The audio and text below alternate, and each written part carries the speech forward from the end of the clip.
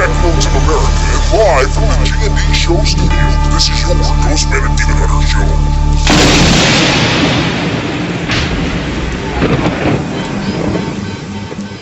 Doesn't that sound exciting to you?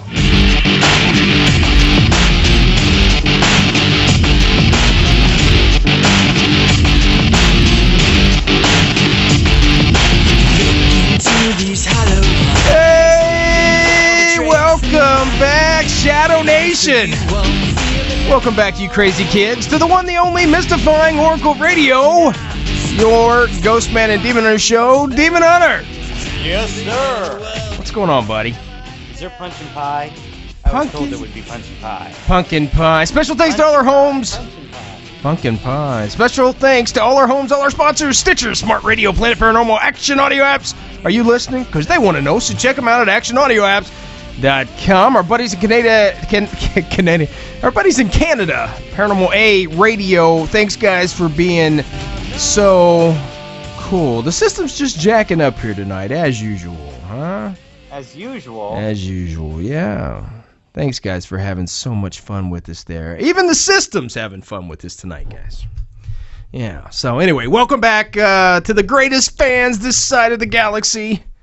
We haven't been to the other side, so we don't know what the fans are like there. But Nathan, are you here? Nathan. That would be me. Can't you hear me? Take it away, buddy. It's all you, Demon Hunter. Okay, good day. Mm-hmm. Great show. I got the...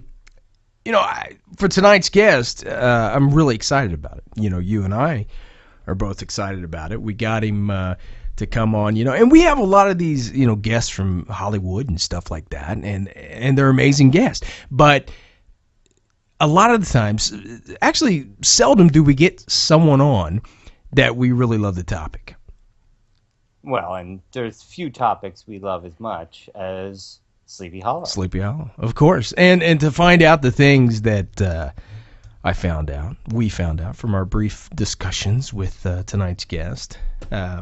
It's going to blow your socks off tonight, guys, for you fans of Sleepy Hollow and the stories out that way. There's so much more. What do you think about it, Nathan? Tonight's guest? You heard him. Tonight's guest, he's the winner of the 2008 Best Storyteller Award and author of Legends&Lore of Sleepy Hollow and the Hudson Valley, Mr. Jonathan Kruk. He will take us back to one of our favorite places, Sleepy Hollow, to give us the real story of the Horseman and all the other spooks that still roam the Hudson Valley. Tonight, only to home the Mystifying Oracle Radio, do we take you back in the shadows, back into the hollow. Hold on to your heads. The Horseman comes to our show tonight on the G&D show. There you go. Woohoo! Yeah, Jonathan Man, Kruk. special surprise for you here. Yeah. Right here in the studio, I have the Headless Horseman ready to answer any questions you have. You do? Yep, go ahead. He can only answer yes or no questions, but go ahead, ask him anything. We never got his name, but Dear Hessian, how does it feel to be looking for your head hundreds of years later? Uh-huh. I'm not sure if he's nodding or shaking. Yeah, What a boring... to get an answer here. This is going to be a tough radio interview. What a boring conversationalist he must be. I don't know. Ichabod Crane, the Van Tassel family. We might have a special treat for you guys that are G&D Nation, Shadow Nation, as we like to call y'all. In a couple weeks, Nathan and I have tracked down a direct descendant of Katrina Van Tassel, none other than Katrina Van Tassel from the actual Legend of Sleepy Hollow. Oh my! And I guess she never got together with Ichabod, like in the Johnny Depp movie. I don't know. They might have did the tango, Ichabod, or maybe Washington Irving. I think when we went out there and filmed that little sizzle reel for TV. Who was the guy that we went across the street and talked to at that old homestead? The security guard of the town mill. See, that's how this show was founded 9 years ago, guys. It's running down the back roads, finding these places. I can't even explain it to you. To me, it was so amazing. It was like being at Gettysburg or something, because you're walking through the pages of history. I thought it was so funny that he kept saying, "Now, don't quote me or use my picture." But he stood right in the middle of the camera while we filmed. I know. It's like, bro, you realize we're not going to take your picture, but how about video? You never said video. Yeah, anyway, guys. So what's going on this week? What's happening out your neck of the woods? You did a little special trip with your wife yesterday, yeah? Yeah, after 3 years of working in the entertainment field, so I never had a weekend off. Yeah.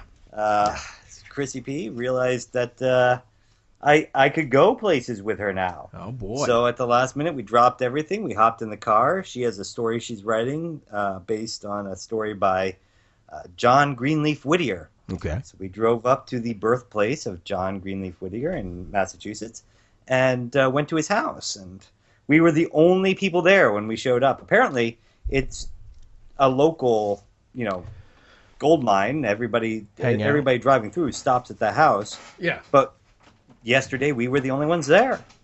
So pleasant surprise. She and I walked in, and the guy said, "Oh, I'd be happy to give you a tour. Do you want to hear anything about the house first?" Yeah. And we said, "Heck yeah, tell us everything you can about it." You said no when you slapped him. Yeah, I punched him in the gut. Little 80-year-old man. That would have been pretty mean of me. You hit him But real hard. he, started telling us stories about the house. And for 3 hours. Oh, wow. We sat and listened to stories about the house. And it was funny because he said we could take any pictures we want. So I pointed at a very nice picture of Mr. Whittier on the wall and said, "I'd take that one." And he said you could take any of the pictures off the wall? No, he said we could take any pictures we wanted. So I pointed at a picture on the wall and said, "I'll take that one." And he'd never heard that before. So we had to wait 3 minutes for him to stop laughing to finish the and he turned around and conversation. said... But he started talking. He said, and after a long time of his talking to us, he said, at John Greenleaf's I'm ready for sex. At his 70th birthday, he had a very special speaker at his birthday party. Do any of you know who it was? And I figured, well, there's only two of us. Who is he talking to? So I said, yeah, it was Mark Twain. Ghost. Mark Twain was in the house you were in. Yeah, well, no, he wasn't in the house I was in. He was at John Greenleaf's birthday party, which was in town. But he said, he just paused and looked at me and said, "How did you know that? You must really enjoy Whittier's work." And I didn't want to say, "No, I read Mark Twain's autobiography, and he talks extensively about John Greenleaf Whittier's 70th birthday party." So it's because it was the only thing he regretted, because he told a story about 3 famous authors, a made-up story, and he made fun of these authors, and those authors just happened to be sitting there in the house when he did it. So he got in a lot of trouble for that story. But I enjoyed it. I enjoyed the weekend. Chrissy really enjoyed going out and seeing real beehives, because the Whittiers were beekeepers, so they keep bees on the farm, and she enjoyed seeing the bees, and I watched out for ticks everywhere I went, because I hate ticks. Yeah. And we just had a lot of fun. It was one of those things that when you have a weekend, you can actually just go and do. And it's been a long time since I've been able to do that. And I will say, of course, Sean, I had to ask, are there any ghost stories about the house? Yeah, that's what I was going to get to. He said, "Oh, yes, I have one." And so I'm waiting to hear about, like, he saw a ghost, or his son, who lives in the apartment attached to the house, saw a ghost, or one of the previous people who take care of the property saw a ghost. But no, apparently, in the mid-1800s, John Greenleaf Whittier's aunt, who lived in the house, his aunt, Mercy Evans. I like that name. Yeah, she had never married. She was a spinster. And maybe she liked to get around town. She didn't want to... but she had a suitor, but he was not supposed to come and visit because he wasn't a Quaker. And good Quakers only marry other Quakers. And apparently one day she looked out the window and saw him riding down the road towards the house. So she ran to the front door to greet him when he tied up at the hitching post and ask him what he was doing there, because he wasn't allowed to be at the house. And she ran to the door and he wasn't there. Oh. So she called her sister and said, I saw him riding down the road. He's not here. And her sister was like, well, it's a good thing. He's not supposed to be here, blah, blah, blah. 1 week later, she gets a letter telling her that her suitor had passed away on the day that she had seen him riding down the road to his house. I've kind of heard something similar to that. Yeah, so that's one of those harbinger of death visitation stories that we enjoy. I see. I love that stuff, and that's the good thing about ghost stories. They'll never go anywhere. A lot of the times you hear them over and over. Of course, how many times you heard the screaming lady of the bridge, or Crybaby Bridge, a lady threw her baby off the bridge. They never go away, and sometimes there's, merit to the stories that you hear, and sometimes they're not, but they're like tonight's guest when we were talking to him earlier, the ghost story, the story itself is so fascinating that it pulls you more into the history. You want to learn about it, and that's what's so, I don't know, man. I just think the world's a better place for ghost stories. Indeed. But I do have to say... Oh, and let me finish that thought. Oh, yeah. I heard a story before, just like the one you said, but it was here in Indiana, and it was a Civil War type soldier. Morgan's Raiders were, blowing up stuff here in Indiana during the Civil War. And one of the troopers was injured. One of the Indiana farmers brought him in the house. He said, I need help. Please send for my girlfriend or whatever. Sent for her. She went out riding. Guy died, and... he came knocking on the door, and she'd seen him, but nobody else did. So similar. There you go. That was it. I rushed through it so you could talk about Green.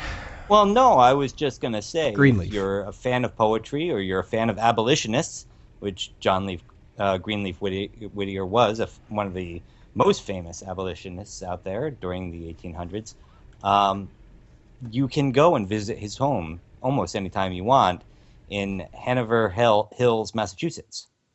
And literally, if you can call for an appointment or just stop by, and the gentleman, Gus was his name, who's there, more than happy to show you around. And if you're not interested in getting as much information as I was, you don't have to sit for 3 hours and listen. But, it's a unique museum too, Sean, because he takes you around and opens, like, cabinets that John of Greenleaf's original furniture, and shows you his original books and his shirts and his traveling trunk and all this stuff that he carried around with him. And he really was the rock star of his age. So people traveled thousands of miles just to try and talk to him and wrote him. He received thousands of letters a week, much like you and I, Sean. Yeah, I'm reading all the letters right now as you talk about Greenleaf. Yep. All the letters, A, B, C. That's it. Hey, did you know a fun fact? Carrie Fisher wore no panties in Star Wars because George Lucas convinced her there is no underwear in outer space. Did you know that? I wonder what else George convinced her of. I don't know. I wish that could work for me. That's the old Jedi mind trick. Yeah, Princess Leia with no panties. I mean, I've always imagined it. I never had anything to, the young Princess Leia. We all saw her in that metal bikini. We knew she wasn't wearing panties in that one. Well, you don't know. I'm sure she wore something. You can't have metal brushing against your lady parts, I would imagine. Yeah. Forrest Gump's being made into a video game. Did you hear about that? Run, Forrest, run! Yeah, they're making it into a video game, so you might be able to go out and buy one of those for yourself. Where you run through his entire story, it says. Yeah. That's true, too. UPS? How was UPS started, you think? Since we always do quick facts, try to, guys, here on the show. By a disgruntled postal worker who, instead of going in and shooting everybody in his office, decided to steal their business. That's interesting. But UPS was started by two teenagers with one bicycle and $100 borrowed from a friend. $100. Ah. Entrepreneurs, my friend. And now they're dead. Yeah, they both died. I got so many fun facts. Men who kiss their wives before leaving for work get into fewer car accidents. Really? That's what they say. Women are witches. I told you that. Men who kiss their mistresses before they leave their apartments Are found dead. have more divorces. That's true. I mean, Yeah. I would, venture to say. A 9-year-old orphan child from Rwanda living in a garbage dump told a charity worker, "I want to go to school." He is now 22 and attending Harvard and is now the head professor at Harvard University. Really? Yeah, isn't that something? That is something. There you go. I got a bunch of them. I got these coming, buddy. I got them everywhere. Everywhere. We always try to find these quick facts for everybody. I don't know. I'm off my game today. Just don't know. Why are you off your game, sir? Off my game. Proceed. Take it away, sir. No, I'm asking. Why are you off your game? I don't know. What do you think? It's an enigma. It's a puzzle. I'm off my game. I just can't. I'm going segment to segment here, trying to think of stuff to talk about. I think I'm all out of juice today, folks. Okay, show's over. Bye. Yeah, I'm trying to pound the coffee. Well, I was looking up some things to talk about, Sean, because while Chrissy and I were away, one of our friends was away and sent her an email because he was at, I guess it was the grave or something like that, of one of your favorite stories. Yeah. The first Close Encounter of a Third Kind story. Oh, okay. Interracial marriage. Interracial marriage. You know where I'm going with this? Yeah, Betty and who was it? Betty and You don't remember? Betty and Barney. Betty and Barney. There you go. They so I was thinking, what of all these things, what do we really know about aliens? So I started looking up and came across a story from Cracked. Yeah, Cracked. 6 reasons we're closer to discovering aliens than we think. Oh, it sounds interesting. Yeah. Okay, so number 6. NASA just proved that life can begin in deep space conditions. All right. Yeah. Fungus has been proven to be able to grow on your bathroom floor and walls, obviously. True. But it is also can pop up anywhere, including deep space. For example, there is it is so inhospitable in space that not even basic components of life can survive there. So you can joke it off as a vacuum all you want, but John Glenn, there's no chance that you could cross. There's no chance you could cross the cosmos. Vice extremely. I'm sorry. Are they saying you can or can't have these things? Because they're saying here maybe you can. Just prove that life can begin in deep space. I'm ready for 6. They're saying it can't. I guess I should have read on. Oh yes. They're showing that life can't. They invented the Star Trek. Yeah. I'm trying to find the name of this device that they're calling Star Trek device. I don't know. I don't know. A lot of different things they're saying here. Looks like a lady's fallopian tubes, if you ask me. Right. But let's move on down to the next one. All right. Yeah. Never mind. But they are saying that scientists have proven that life could begin in deep space. All right. So there's number 6. That's good. Okay.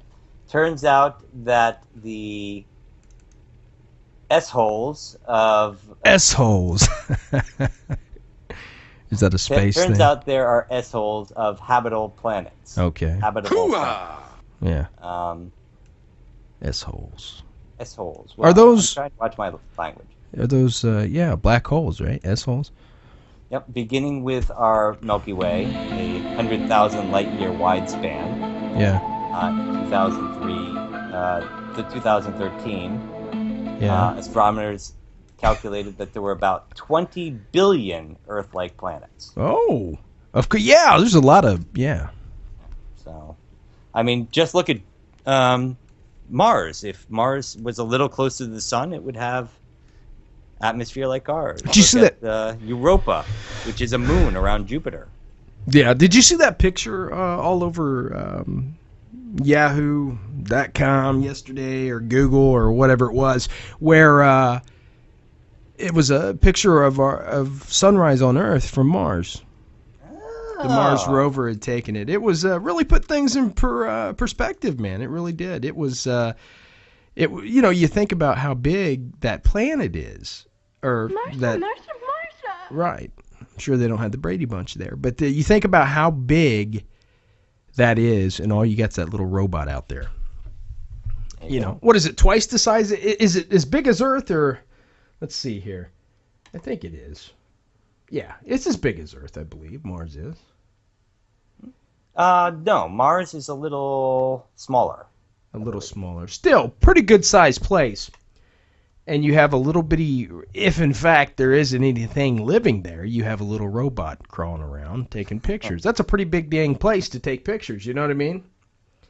Indeed, indeed. Yeah. So, yes, sir. Anyway, I found a story. Did you know the unknown history of the swastika? Do you know this? You probably do, don't you? No, I did not. Yeah, I'll tell you. Well, I know that it was originally there's aspects of it being an Asian good luck symbol as well as a Nordic symbol of power. Okay. Because everybody, you have for me?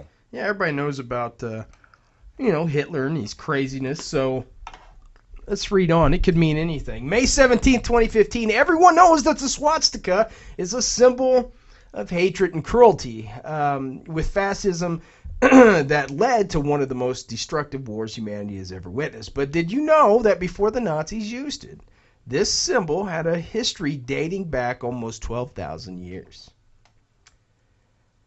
Did you know that? I did not know that. I didn't either. The swastika was an auspicious symbol with positive connotations that represented life, sun, power, strength, and good luck. The oldest swastika, dating back 12,000 years, was discovered in Mazin, Ukraine. Mazin, Ukraine. That's right, folks. Carved on an ivory figurine. Pottery and coins from ancient Troy, dating back to 4000 BC. Yeah, revealed that the swastika was a commonly used symbol. It had been used by Hindus and Buddhists in India and other Asian countries. Didn't we discuss this once about the fact that it was on a Buddha at the Olympics and people were complaining that the swastika was on the Buddha? I don't remember. We've done so many shows. It's safe to say, yeah, we did. Anyway, moreover, artifacts that have been discovered to indicate its use by the ancient Druids, the Celts, Nordic tribes, as well as the Native Americans. That's pretty cool, I thought. Yeah, that's pretty cool.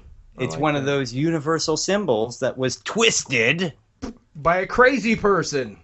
As Notre Dame said, they will come carrying iron crosses turned topsy-turvy. Okay. Thanks for that, Nostradamus. We didn't listen. Well, yeah, that's interesting, though, the swastika. A lot of people, they don't take the time to look into that kind of thing, and you just think, okay, that's a symbol of evil because somebody used it that way, so... Indeed. Yeah, but that's what it is. 40 volcanoes are erupting right now, and 34 of them... Oh, you didn't want to hear the rest of my reasons why Earth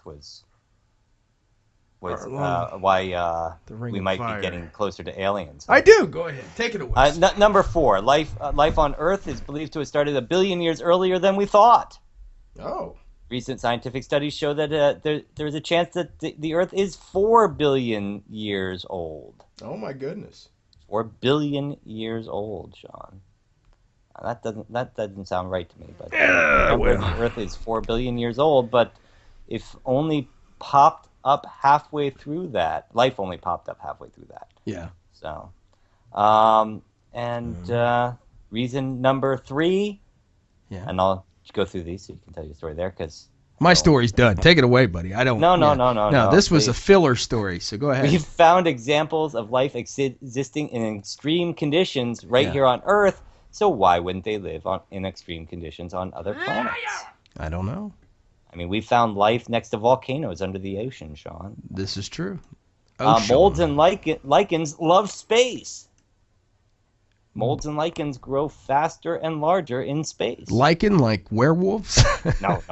Lichens, like in... Rise of the Lichens? Rise of the Lichens. You just got that, didn't you? That's what you said, lichens, I thought. Okay. Dog. Yeah. And there is water all over the solar system. Oh, my goodness. Dog. Studies have shown, and NASA has revealed, that there is water everywhere. So the building blocks of life, Sean, water and oxygen. Yeah. So, why not? Why not? 6 reasons why we're closer. Why not? Yeah. Those were pretty obvious reasons, and I read them very badly, and I apologize to all our listeners. But go ahead, Sean. Tell me what you were just about to read when I interrupted you. I was about ready to read In the News! Yeah. I'm excited right now. That's the wrong one. In the News! It's always fresh. It's always exciting. It's strange, weird, and it's straight from the G&D Show vaults. And it starts right now.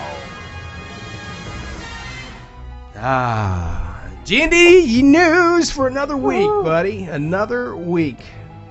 I sent you some interesting titles this week, Sean. I want to remind people listening that Ghostman and Demon Hunter in the News is weird news. News we pick right out of the titles because we like the titles. Yeah. But we haven't read them yet, which means we're going to make a lot of mistakes. And every time we make a mistake, you take a drink. Okay. That's the G&D drinking game. Of course, we recommend if you're listening to our show while driving in your car, don't play the G&D drinking game. You're going to get arrested, and we don't want to be responsible for that. And also, if you're doing anything important tonight, that proposing to your special someone or having dinner with your parents, please listen responsibly. That was good. You get better and better at that every single time. You know what? I try, sir. You do. What about the bell? You never tell them about the bell. That's right, folks. Sean has a bell, and every time one of us makes a mistake, he'll ring the bell. And if he rings the bell, you have to drink. And if he forgets to ring the bell, then you have to drink twice. You still have to drink. Yeah. How long do you say we've had that bell? Pretty much. Originally, you had the whoopee cushion. Yeah. No. Had the machine, didn't we? You had the fart machine. Then you replaced it with the whoopee cushion, and then you got the bell. So probably since about our 2nd or 3rd year, you've had the bell. Had the bell. Anyway, it makes for a fun news segment, guys. First up to bat for G&D Show in the News, the United States map ranks all 50 states according to the price of weed. Yeah, this looks good here. If you smoke a lot of weed, what state you live in could be seriously affecting your budget, Nathan. Really? Yeah, you're doing okay now because you can mix your own stuff. For instance, if you live in Virginia, you could be saving about $150 an ounce if you just up and move to Oregon. Of course, Oregon is also one of the few states where marijuana is legal for recreational use, so that strongly figures into its stoner-friendly price point. You can go to... What do you think about that one? Imagine that. You can go to priceofweeds.com, where the data from the map below, created by Forbes, came from. The national average for buying a high-quality ounce of weed is $3.24. Oh, wow, $3.24 an ounce? What was it back in the 70s? Hey. I'll Google I never that. touched the stuff. Here, let me write that down. How much was weed in the 70s? I could tell you that in the late 80s, early 90s, my friends who smoked marijuana, right, a dime bag cost $10. Yeah, and $10. A dime bag. Yeah. Anyway, I'm looking at the map of the states. As you can see, those states... That was a weight thing. But, okay, go ahead. As you can see, those states where weed is legal all fall below the average, while the most expensive states to purchase some good pot are Virginia at $363 an ounce, Vermont at $367 an ounce, and North Dakota at $387. If you live in one of these states, it might be time to head west. Of course, Indiana is at $330 because it's still illegal, I guess. I don't know. I don't know, man. I don't know. Yeah, it shows, let's see where you're at there. It shows you, you're right at about $358. What? Yeah, $358 an ounce to $363. That's insane. Yeah. Why, when I was young, my friends used to get it much cheaper than that. Yeah, I can't believe they took it up this much. It's, it's funny because you and your wife are both authors, right? She's an author. Yeah, and you dabble with it. You like to write and be, creative. Well, it doesn't even matter if you're an author. If you're an artist of some kind, throughout history, historically speaking, of course, most artists, or a lot, many, yes, have had outside influence from a substance. A chemical-induced Yeah. Shall we say epiphany? Yeah, and it seemed to pay off for him. It never does, whether live, usually, it seems like.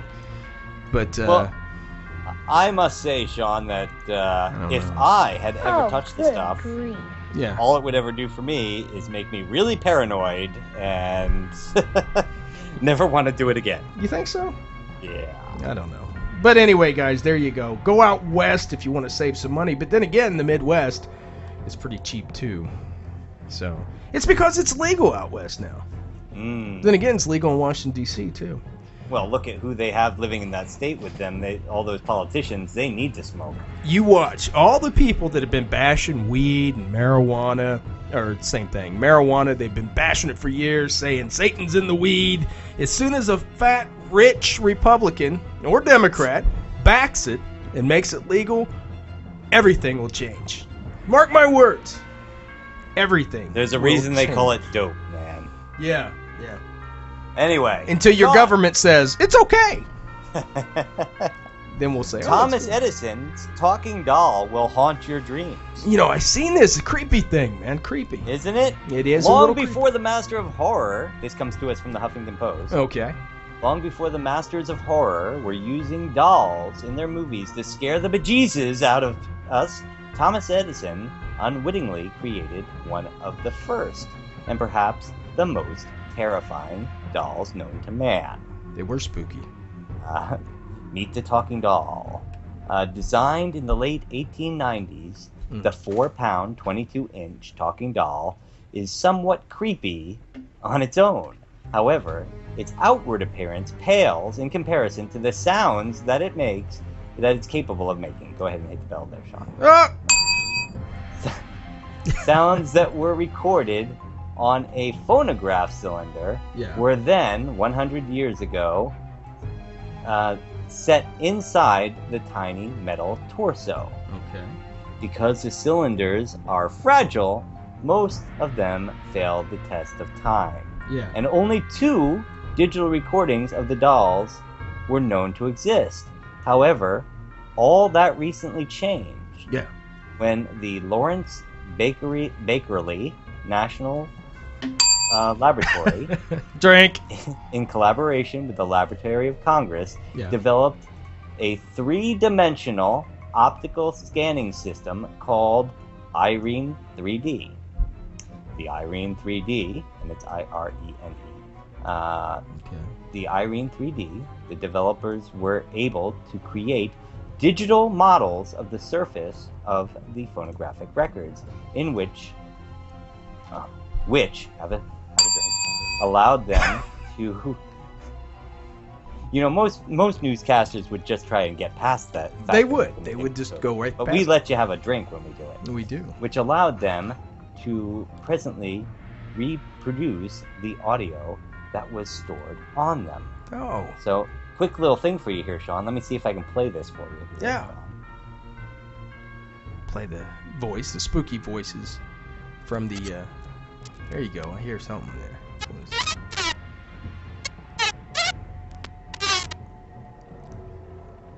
That didn't even sound like a voice. But it's spooky. It is spooky. It sounded more like a mouse being squished. Remember the mouse from the ABC Weekend Special? What was that book? The Mouse and the Red Motorcycle. Oh. That's how his voice sounded. I don't remember the name of it. I do remember the books, but I don't remember the name of the mouse. Yeah, the mouse. You stumped me on that one, Sean. But an April 20th, 1880 article in the New York Tribune indicates the dolls were available undressed. You had to buy their clothes separately for only $10, or fully dressed for anywhere from $12 to $20. Now think about the time that this was, Sean. Yeah, it'd been huge. That's a lot of money. According to the National Park Service, purchasing the doll in 1890 would amount to the spending of approximately $267 in today's economy. Wow. There you go.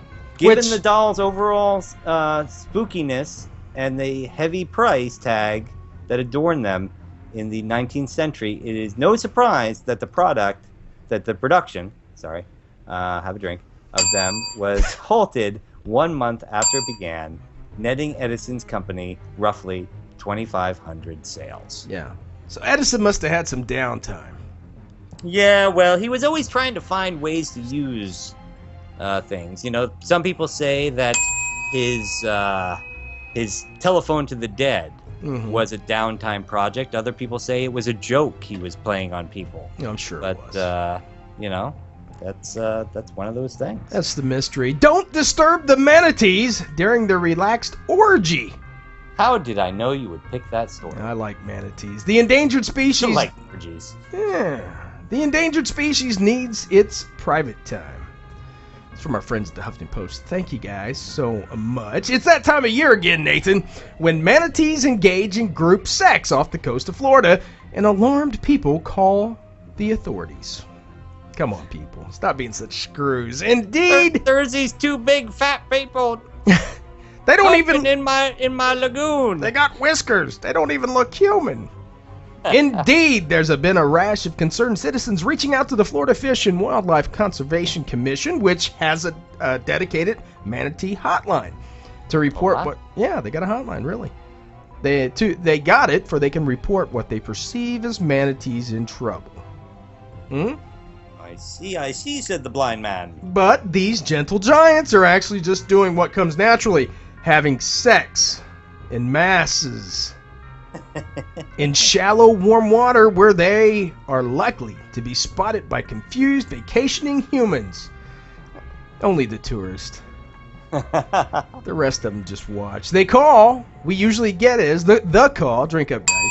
That we usually get. There's a mom manatee and all the babies are trying to save it. But in actuality, the large female can have up to 20-something males trying to breed the one female. Nadia Gordon, a marine mammal biologist with the state agency, said that to the Jacksonville TV station WGXT. Here's what it looks like when these 1,000-pound sea cows get to breeding. And it's a video, guys. You can look it up. Manatees having sex. It just looks like I don't know. Like a typical Friday night at the Burris house. Yeah, a big gray mass flopping around. I don't know. As you can see, manatee sex isn't a quick affair. Katie Tripp, director of the Science Conservation for the Save the Manatee Club, tells the Huffington Post that manatee mating is slow and kind of lazy. Kind of like you, Nathan. Yeah, well. With a little bit of thrashing now and then. So the male manatees like to be on the bottom.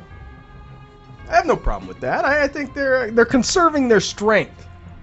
Hey, it's not how fast you ride the boat, it's the motion of the ocean. No, I got another one too. Sex isn't a race, it's not my fault if you can't finish first. Huh? I like that one too. I've used it before. I don't know. That's what I got. I don't know either, sir. I got another story keyed up. Do you got one? Hey, I've got one right here. Oh. Giant squid washes up in New Zealand beach after mysterious death. Oh my gosh! You know, we're always following the monster stories, Sean, and what's more, I mean, think about just not too long ago, giant squids were considered a crypto. That's right, and the earth was flat. Yes. A giant squid washed up on the beach in New Zealand South Islands earlier this week, surprising overlookers and delighting scientists. Onlookers. At the onlookers. Onlookers. The overlookers. Delighting scientists at the, get ready with that bell, Sean. Yes. The Karakuga. Hey! 3 drinks, guys. Kekahuga Center and Aquarium. At the aquarium. Which has collected it for study. The bulk of the animal's body, called the mantle, measured more than 6 feet long. Okay. And with its longest tentacle measuring nearly 16.5 feet. Wow. And they used the measuring tape, Sean. It's not how you measure things going, that's 6 inches. See? Up your butt, Joe Boo. From tip to tail, reports the New Zealand Herald. This comes to us, by the way, from Huffington Post as well, folks. The squid is an eye-popping 23 feet long. Each of the creature's eyes is 3.15 inches wide, reports ABC News. Marion Lewis, a marine biologist who owns the aquarium that collected the squid, told the Marlborough Express that the animal was a mature female, though she was unsure of its age or even how it ended up on the beach. Yeah. There is no clear sign of death, Lewis told the Huffington Post in an email. No markings on the outside, full stomach, and no foreign objects. So that's like a Captain Nimoy type thing. Yeah, we know, Sean, that giant squids and sperm whales are natural enemies. Yeah. The giant squid doesn't eat the sperm whales, but the sperm whales eat the giant squid. So the giant squids, when they see a sperm whale coming at them, attack the sperm whale. Okay. So sperm whales have been found with giant squid attack marks on their bodies. So, but there's no sign of what caused this squid to die. Right. So she was still fresh and with all her parts, including her eyes, still intact, Lewis added. It suggests that she didn't come from very far away, somewhere close by. And the fact that there are presents so close to land is so exciting to think about. It is. With 23 feet, certainly impressive, the largest giant squid ever found was a massive 59 feet long and weighed nearly a ton. National Geographic reports. Wow. The aquarium has the animal on display in the windowed freezer. Yeah. You're getting bored of this story. I like it. I'm listening. With samples bound for the University of Auckland and the University of Otago for research. Have a drink. Not much is known about the giant squids, as they rarely, as they are rarely studied in labs, much less seen in the wild. A giant squid in its own habitat was captured in video in 2013. Okay. So, there you go. That's giant amazing. squid caught, Sean. Hey, I got to talk about this. You and I both grew up, children of the 70s. We grew up on the Brady Bunch, right? Marsha. Absolutely. Marsha. Yeah, well, I got this one here. Brady Bunch kid spills secrets. It's going to be good. Listen up here. Now, touched me. Yeah, everybody knows that on the set of TV shows, sometimes things happen that you wouldn't think happen. Here's the story. Greg and Carol never did it. They said that Carol and Greg did it. Remember? That never happened, apparently. Greg and Marcia did. And Jan and Peter, guess what? They tried to. Marsha. So said Marcia gets laid and I don't. I know it. So said Barry. Greg Brady Williams last night in Lafayette College's Colton Chapel to a capacity crowd of enthusiastic college kids who grew up watching the Brady Bunch on reruns after school. On reruns. She's not really your sister, Greg, so you're not going to hell. They watched them on reruns because we watched them on reruns. Anyway, Florence Henderson and I only had sex once, Williams said. Wow. But I thought he just said that they didn't do it. No, he said him and Carol never did. Oh, he and Carol. Florence Henderson was the mom, right? Right. Oh, wait, who was this guy? Greg Brady. So the Greg Brady says Florence Henderson and I only had sex once. The crowd murmured in a mix of disbelief and laughter until he explained that Florence wasn't actually there, but her picture was. Being a teenager's tough, he said, especially when you're a teenage icon growing up on Friday night television, the oldest sibling in America's first family, the Brady Bunch. In a campy multimedia show full of song, dance, and innuendo. You like that? Yes. Williams spilled the secrets of the 1960s ever-popular sitcom. Rumors have circulated... They only had sex once, and he didn't inhale. Right, and it was with her picture, apparently. Rumors have circulated for years that Greg and Carol did it. Not true, Williams said. The height of their passion came when she accepted an invitation to help him celebrate his 16th birthday. Full of youthful admiration, Williams kissed Henderson that night. but it was not a kiss of passion. I had not yet been to France, he said, if you catch his drift. It was kind of creepy to lust for his mom, Williams said, so I stopped dating my TV mom and started dating my TV sister. Marcia, actress Maureen McCormick, was a babe from the start, Williams said, but I knew I had to be patient. She was only 12 then. But after a few seasons, the patience paid off. It all came together for Greg and Marcia. As William tells it, it was like a moonlit Hawaiian night, and the two teenagers snuck out of their hotel after curfew. They walked hand in hand along the beach until they came to a secluded cove. Alone at last, they were surrounded only by a warm breeze and the fragrance of blooming gardenia. This was before the surfboarding Williams wiped out into the coral reef, but after he saved Peter from the deadly tarantula. There, Greg and Marcia smooched and did much more. So apparently the curse of the tiki had a good side. Apparently Jan still didn't get any, you know what I mean? Marcia! There you go. Anyway, everybody was having sex there. I don't know. I was That reading up. surprises you? Well, I was reading up some more Confessions of the Brady Bunch girl because I couldn't believe it. But they're all coming out with books now. Confessions of a Brady Bunch girl. I took cocaine and dated my TV brother. So she wanted to fire back here and make some money too. Maureen McCormick, which would be Marcia, is famous for her role as the Brady Bunch wholesome older sister. But off screen, the actress couldn't have been more opposite. While her character, Marcia Brady, which was hot, come on. Marcia was smoking hot. Marcia. Even when the football busted her nose. She was hot.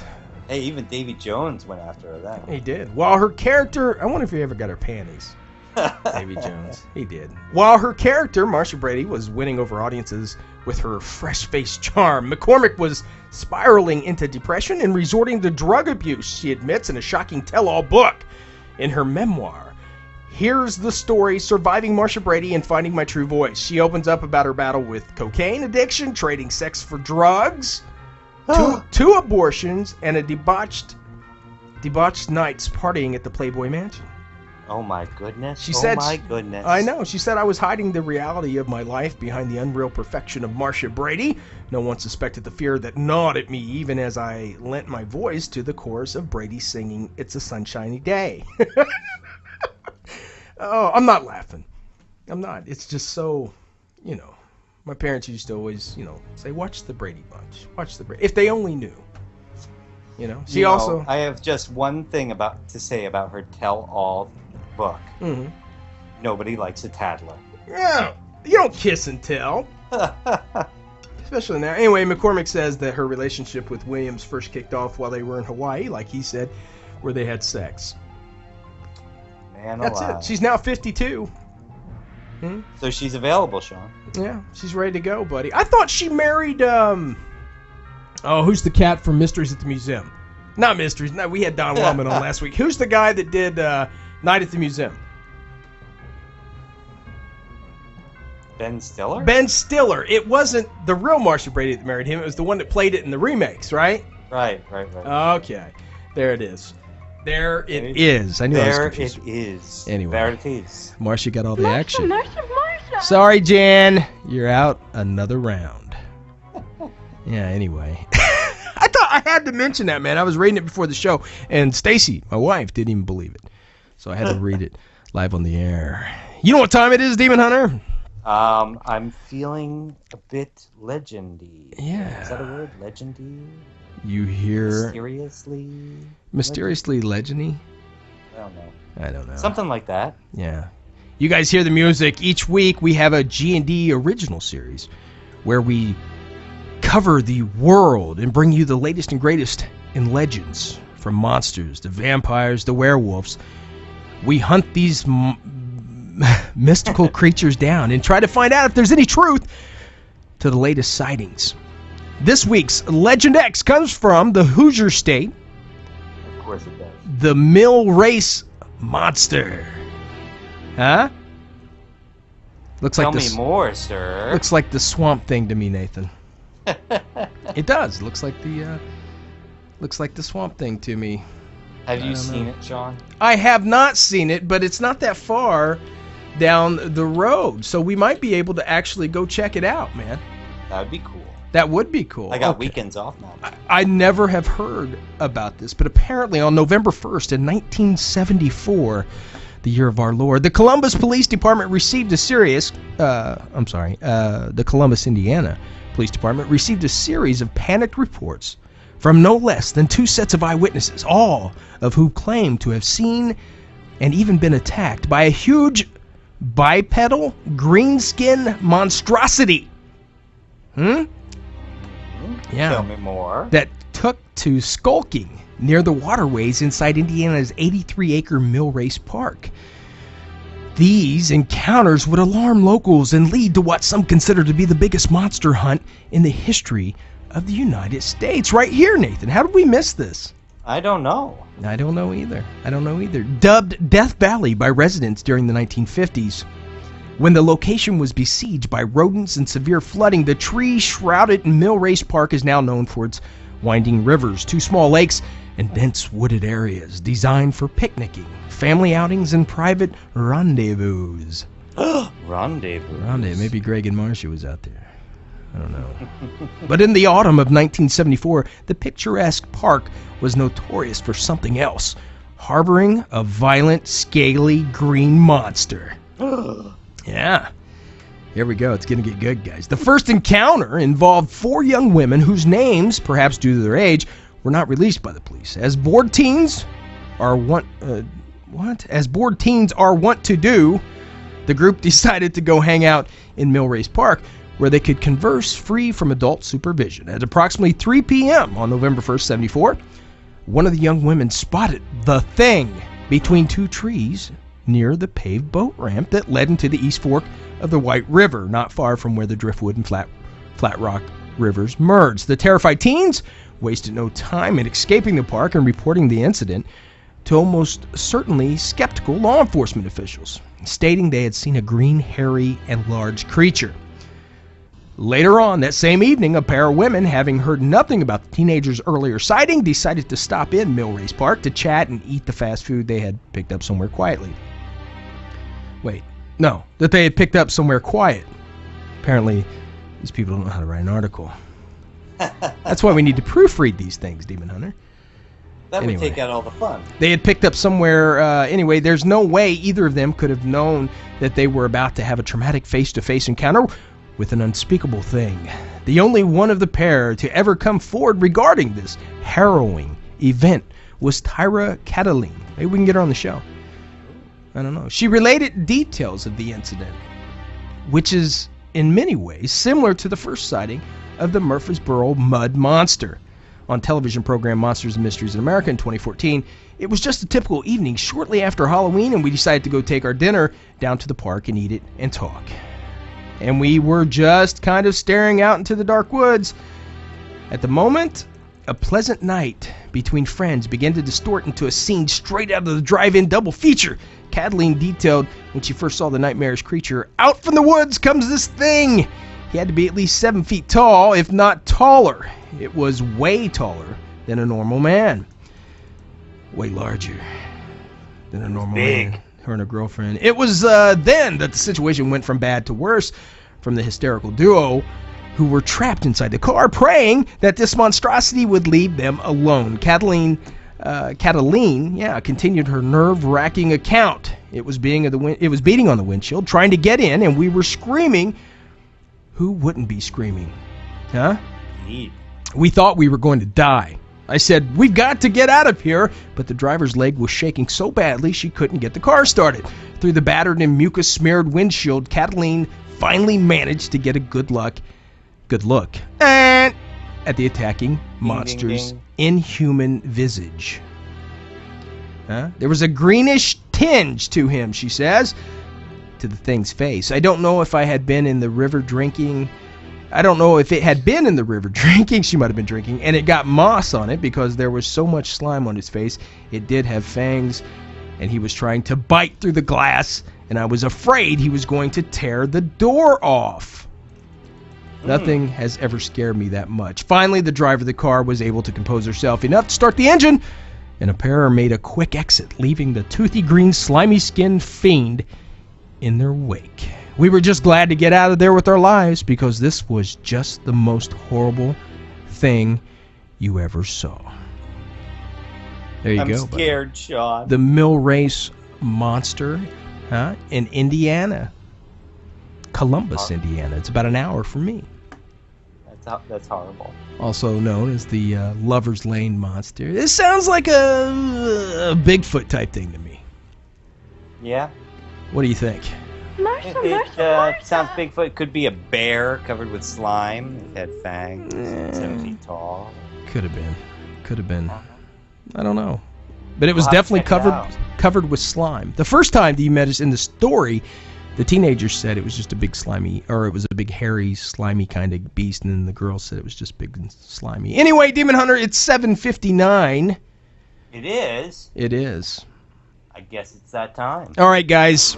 We're going to take a break. Tonight's guest, winner of the 2008 Best Storyteller Award and author of Legends&Lore, Sleepy Hollow, and the Hudson Valley, Mr. Jonathan Kruk, will take us back to the Hollow and tell us the real story.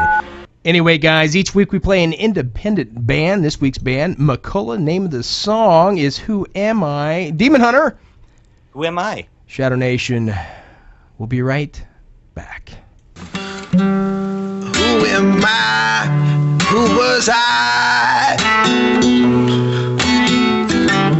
Who can I be tomorrow? On the road of life, a light shines down and paves the way for me. A ways to go, some ways to go. I can only be the man I'm supposed to be. But most of all, I'm the ghost of love. Ooh. I slowly fall right down to get back up again. Who am I? Who was I? Who can I be tomorrow? Oh, yeah. On the road of life, a light shines down and paves the way for me. A ways to go, some days to go. But I can only be the man I'm supposed to be.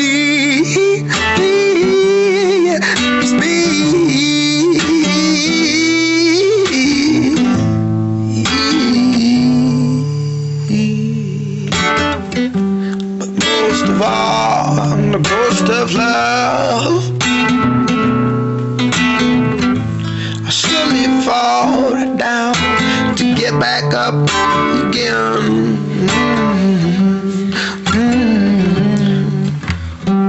So say goodbye to aches and cries, and say hello to loving all your blues away. Hey, hey, hey, hey, hey, yeah.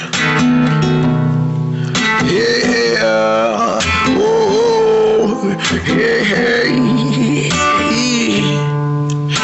yeah.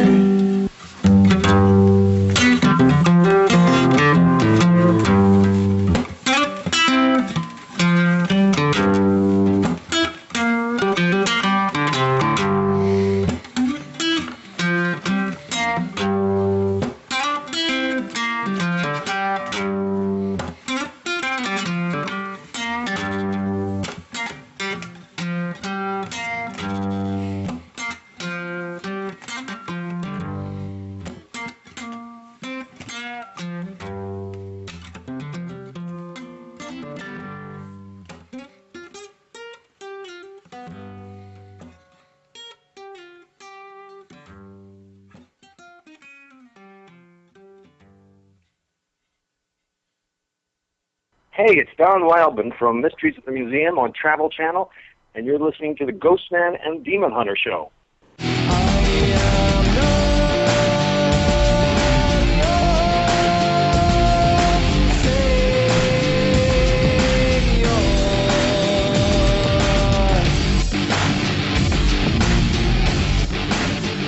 Hey, welcome back, Shadow Nation, to the one, the only mystifying oracle of radio, your Ghostman and Demon Hunter Show. Tonight's guest, he's the winner of the 2008 Best Storyteller Award. He's also the author of Legends&Lore of Sleepy Hollow and the Hudson Valley. Please help us welcome Mr. Jonathan Kruk to studio. Jonathan, how you doing, sir? Oh, I'm wonderful. Excited to be here with you. Thank you so much, sir, for taking the time tonight. We know you're out in the sticks. I am indeed. Oh, man. You know, you've done so much, and we're so excited tonight because I don't know if Nathan told you during the break. Sleepy Hollow is one of the greatest places on our list there that we've actually been to last year. Yeah, he mentioned it. He said he really loved touring around there. Yeah. How did you even get started in this stuff? Because you're such an amazing storyteller. You're really the face of Sleepy Hollow. They should start putting you on the Sleepy Hollow stamp, you know? Yeah, maybe. Well, they do put a big banner up to note that I'm going to be performing The Legend of Sleepy Hollow right at the epicenter of Halloween, the old Dutch church. Yeah.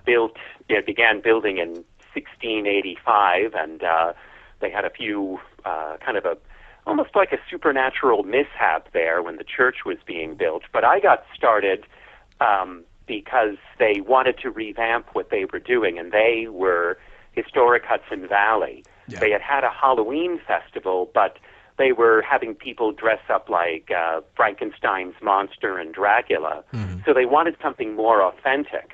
And I consulted with them, and we came to realize that there were many spirits, and as Washington Irving says, abounding in the Sleepy Hollow area. Yeah. And, you know, don't just take my word for it, but some years ago, they did, high school students guided by his history teachers gathered stories through the oral tradition, and it turns out there is a preponderance of ghosts, certainly in the story, there, outweighing all of the other regions for ghostly tales.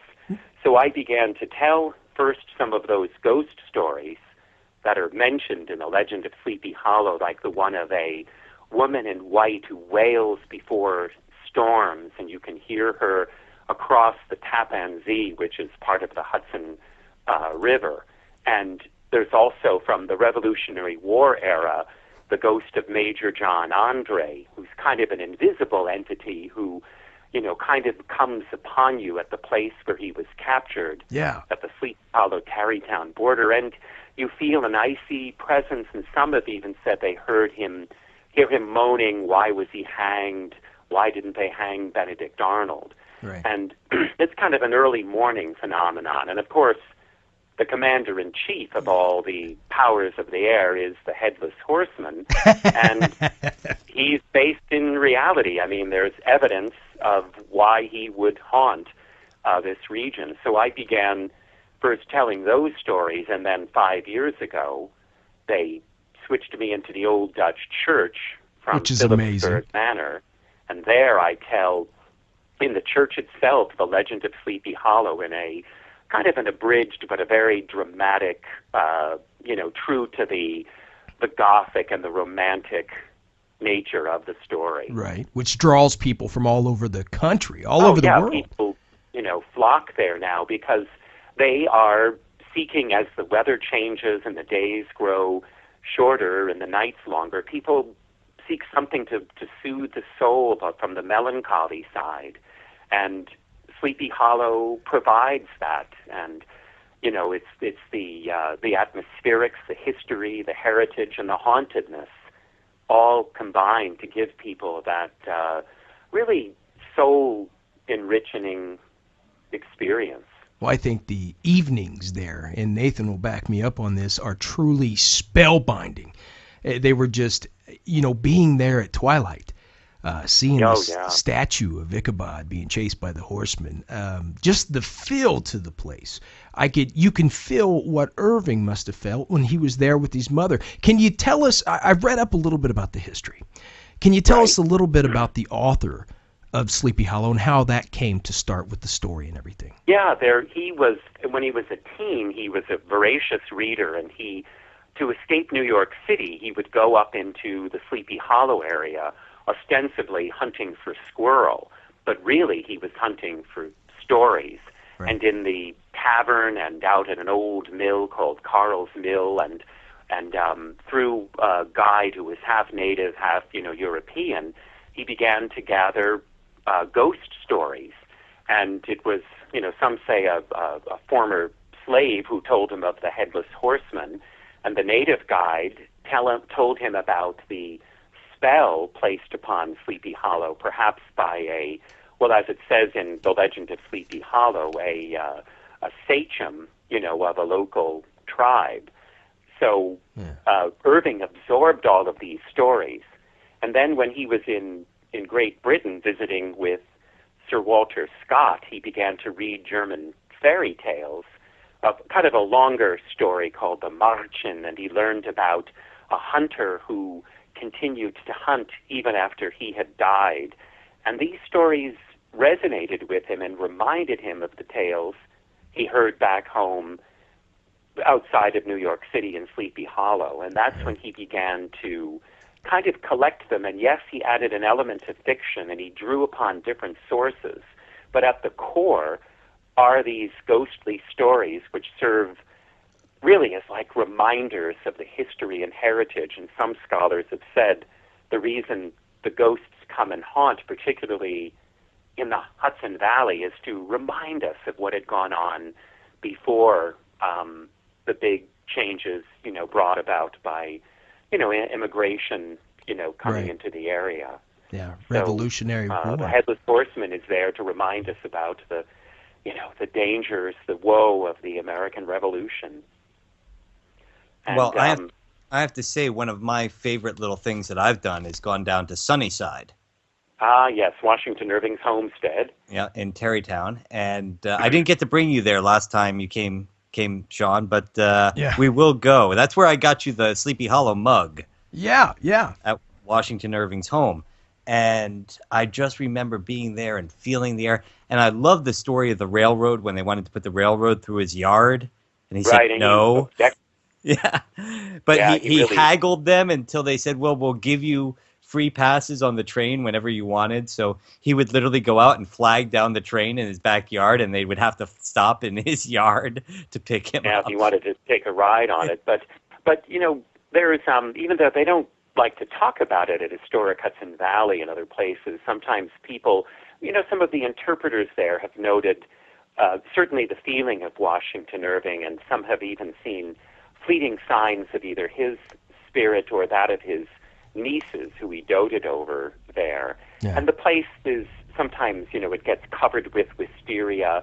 It's a very gracious, beautiful place, and Irving didn't want it disrupted by the trains. And of course, any spirits that may inhabit there are more of a benign, kind of a protective spirit rather than one that's trying to haunt and drive people away.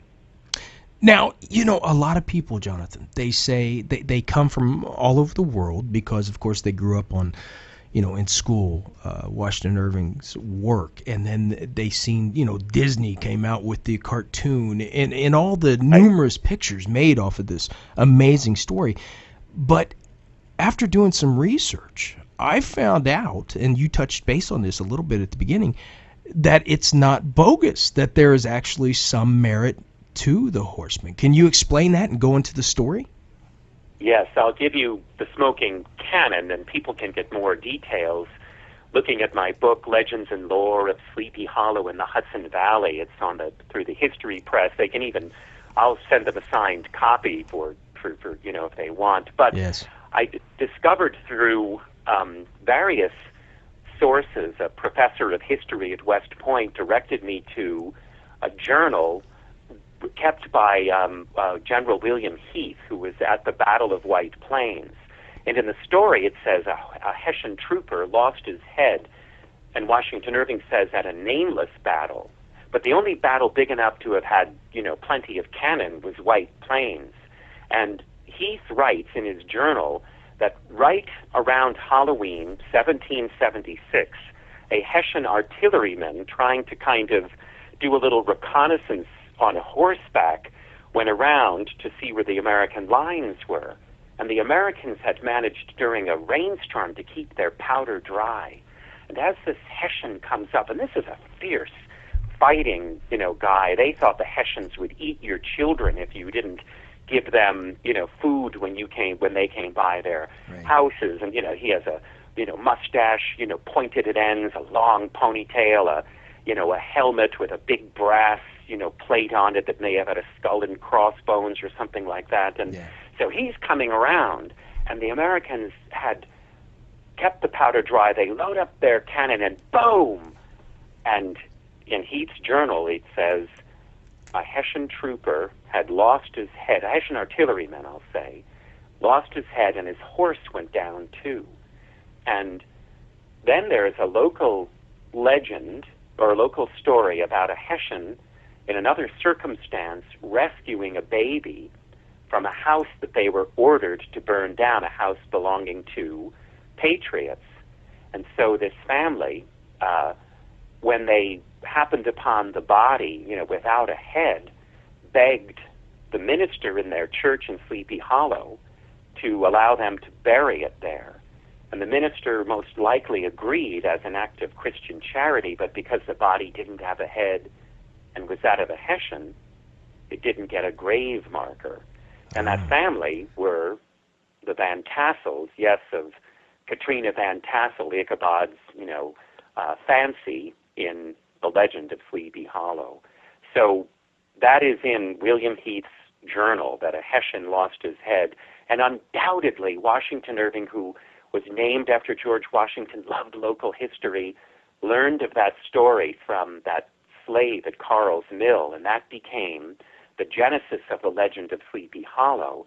And I have people today coming up to me and telling me they still have a sense of the presence of this headless horseman looking for his lost head before he can, put his spirit to rest. Well, when So, Sean and I and there it is. Oh, wow. when Sean and Yeah, I went up there to Amazing. to the Sleepy Hollow, Sean, you got to sit in the area where they think the burial mound is for the Hessian soldier. Yeah, I was going to ask And Jonathan about that. It was so silent. Oh, yeah. Right when we were in there, it was incredible. And there's a highway 20 feet away, and you couldn't hear the highway because you were so focused on what was going on right there. Yeah.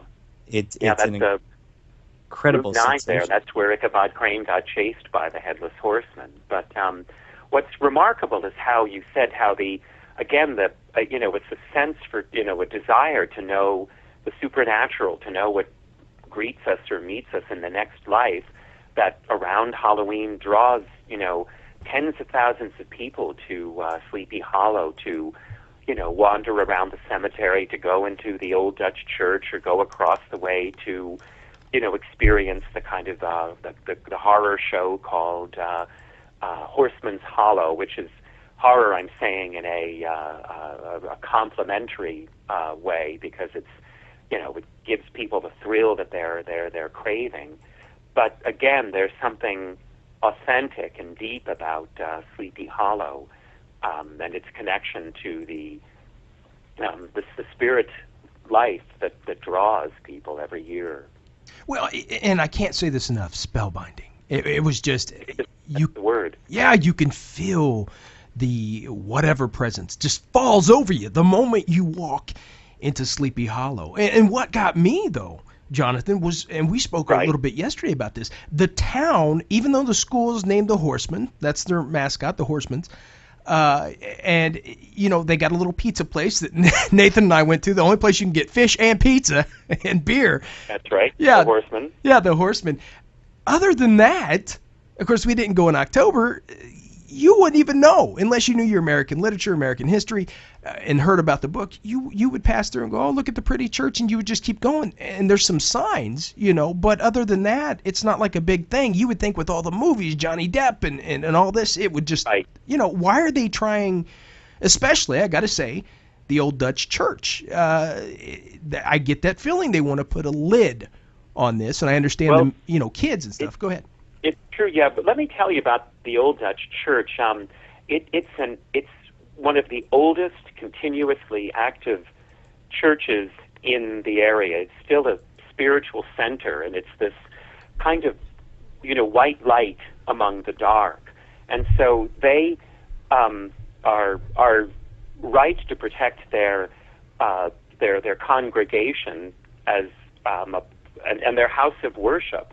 And the odd thing about the church is that it doesn't have any haunted or hauntings within. It's all outside of it. Again, just as it's described in the story, it's like this kind of beacon on the hill that provides a source of the the great the creative, if you will, the good part of the divine. Right. And so they the church itself wants and they continue as a place of worship.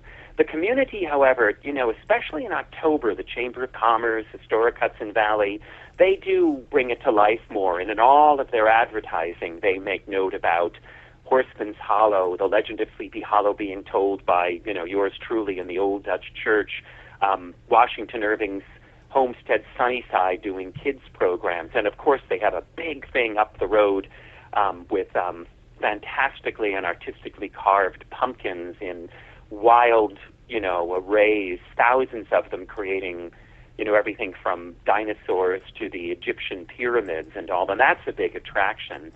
But Sleepy Hollow and the Sleepy Hollow Cemetery, and there's grand tours there in the cemetery, those they like it to be a bit understated, so that people kind of can still happen upon it, and again, have that authentic, more down-to-earth, if you will, down-to-earth experience with the supernatural.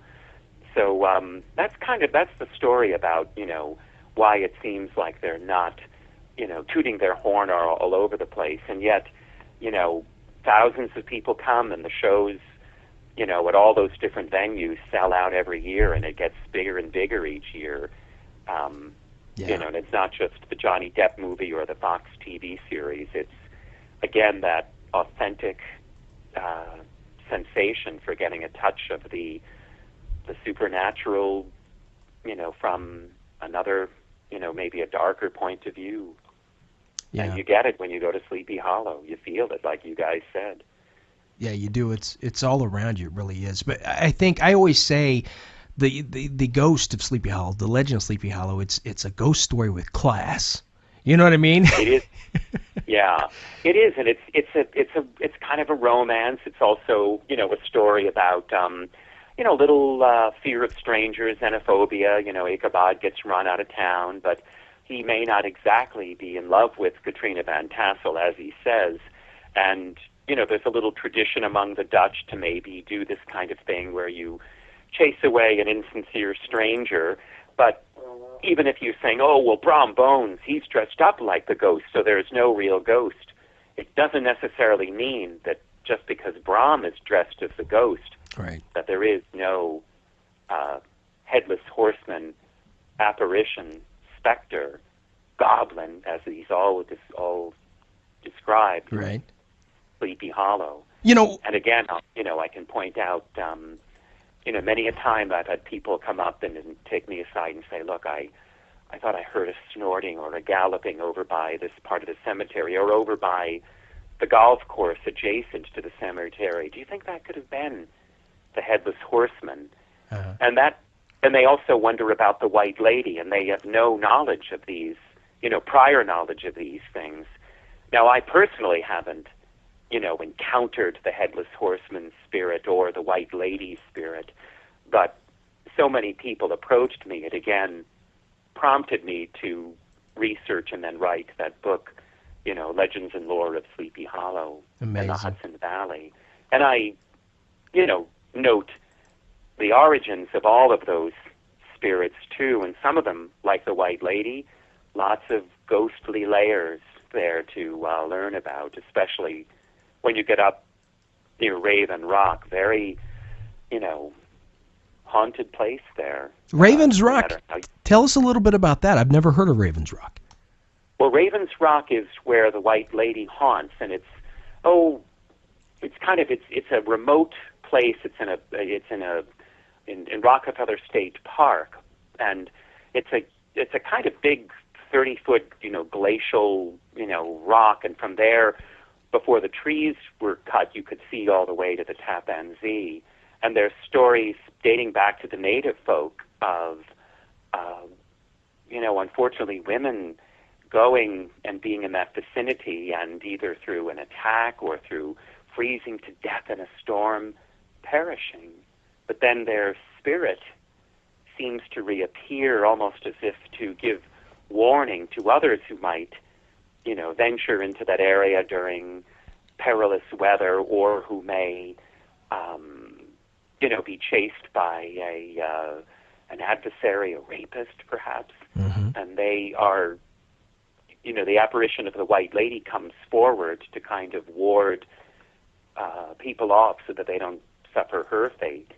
And even deeper than that, the women in white are known as part of the fairy lore of Europe.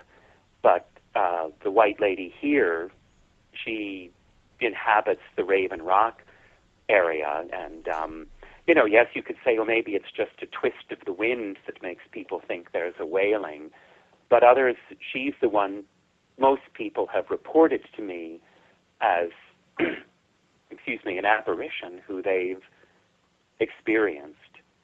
So she's quite the presence in Sleepy Hollow even today. Now, I grew up in a household that was kind of split. My father, very superstitious. He was Appalachian Dutch. Right. And my mother, who was not superstitious at all, it didn't even follow the family traditions. She was Pennsylvania Deutsch. Right. Right there, we had a Boer War right in the middle of our home. Yeah, I can tell. The Dutch and the Deutsch, right? Yes. But it's very interesting because I grew up with the stories of the Hessians. And from my father's side, the Hessians were bad. They were traitors to, our country, because they were basically mercenaries, and that's what Hessian German soldiers did. They didn't have a huge industry. They hired themselves out as mercenaries.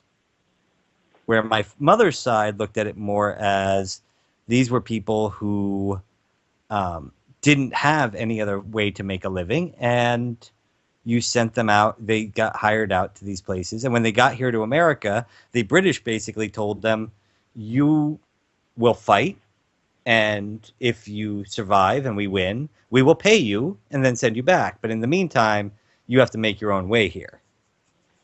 Right. And it was, so there were very different looks at how, whether or not these people were evil or not, because, like I said, in my family, and sure in the families at that time, the Dutch were very upset with the Hessians, where the Germans were like, well, they're basically family, so we'll embrace them a little. Yeah, well, we won't embrace them, but we understand their situation more. Yes, so, at least they do understand. Is it the fact that this happened in such a strong Dutch community that the stories of the Headless Horseman were so villainized? Yes, that is a part of it, and there are some sources that say that Irving had heard of an American who lost his head at a battle and turned him into a Hessian because the Dutch in Westchester were so distrustful of the Hessians. And another part of the story at the very beginning says that the spell upon Sleepy Hollow was put upon them by a high German witch doctor. And it's true, the Germans were not really held in high esteem, especially in, an old Dutch New York. Yeah. They had a huge wave of them, came through in the early 1700s. They were starving back in Germany, and they, almost overwhelmed the Dutch in New York, and they found things were more receptive for them over in Pennsylvania, and that's how they ended up moving over there. So you're right, the Dutch did have a negative opinion of the Germans in general, which of course helps Washington Irving's cause of creating this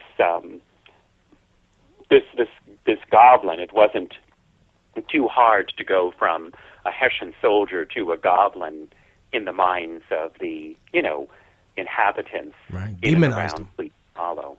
Yeah. Well, let's talk a little about the little people of the Hudson Valley. the nymphs. Uh-huh. Yes, that- what would you like to know about? You What's mean their name? Is it a family? a family of little people? Yes. well, You mean- do they have a bowling team? Is it, Ah, yeah. Well, do you mean there's another famous story of Washington Irving's, Rip Van Winkle, and that happens a little farther north, up in the Catskills. There, of course, the Washington Irving did borrow the idea of the story from a story, again, from the German fairy tales, where someone goes to sleep and wakes up and years and years have passed. Here, Rip Van Winkle goes to sleep in Colonial and wakes up after the American Revolution, discovering a completely changed world. But he has an encounter with these little people who are allegedly the lost crew of Henry Hudson, and they drank a very peculiar brew which kind of causes them to reappear every 20 years or so. And it also causes them to diminish in size, yet causes their chins, their noses, their ears to grow large. Thus, they have a very, we could describe them as kind of maybe Tolkien-esque dwarves, if you will. But they're, of course, not quite the Tolkien-esque dwarves, but, again, people still today listen to the thunder, and it has a unique ring to it there in the Catskills, which causes people to say, no, that's not thunder, that's Henry Hudson and his crew engaged in another round of 9 pins, a variation on bowling. So yeah, they're a presence a little farther north of Sleepy Hollow. Now listen.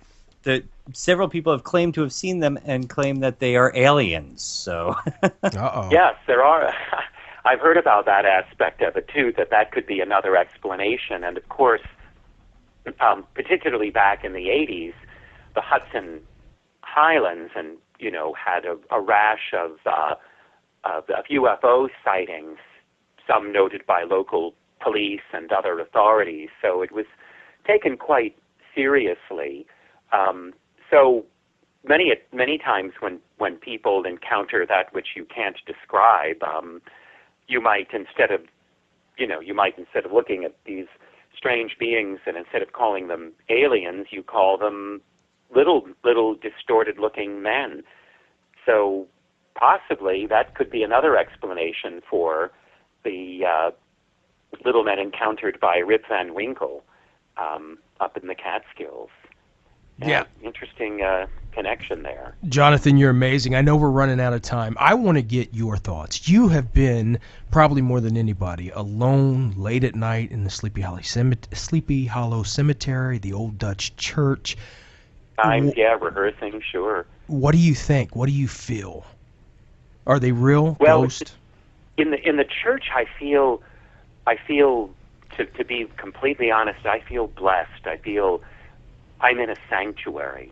But the moment I step out into the cemetery, though it's peaceful, a kind of a deep melancholy will take over. And even though you may not see a particular spirit, a misty apparition appear, you sense this the depths of death, and it's very moving to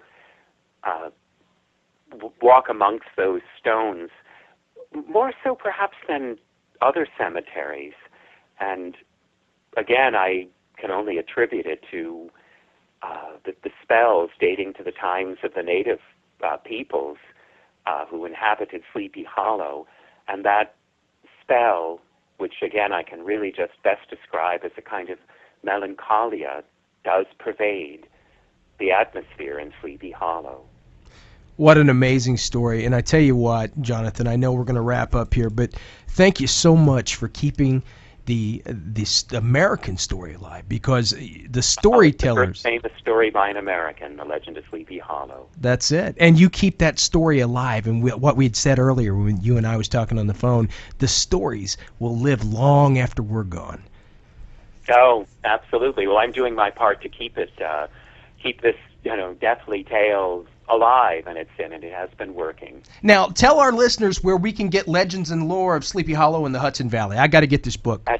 The best way is at my website, because then I can send you a signed copy, which you can't get through Amazon. So if they were to simply, go to my website, Googling my name, Jonathan, Kruk, you'll get there. And don't go to the former baseball player or my brother, the Elvis impersonator. Go to Jonathan Kruk. Yes, my brother is an Elvis Thank you very much. artist.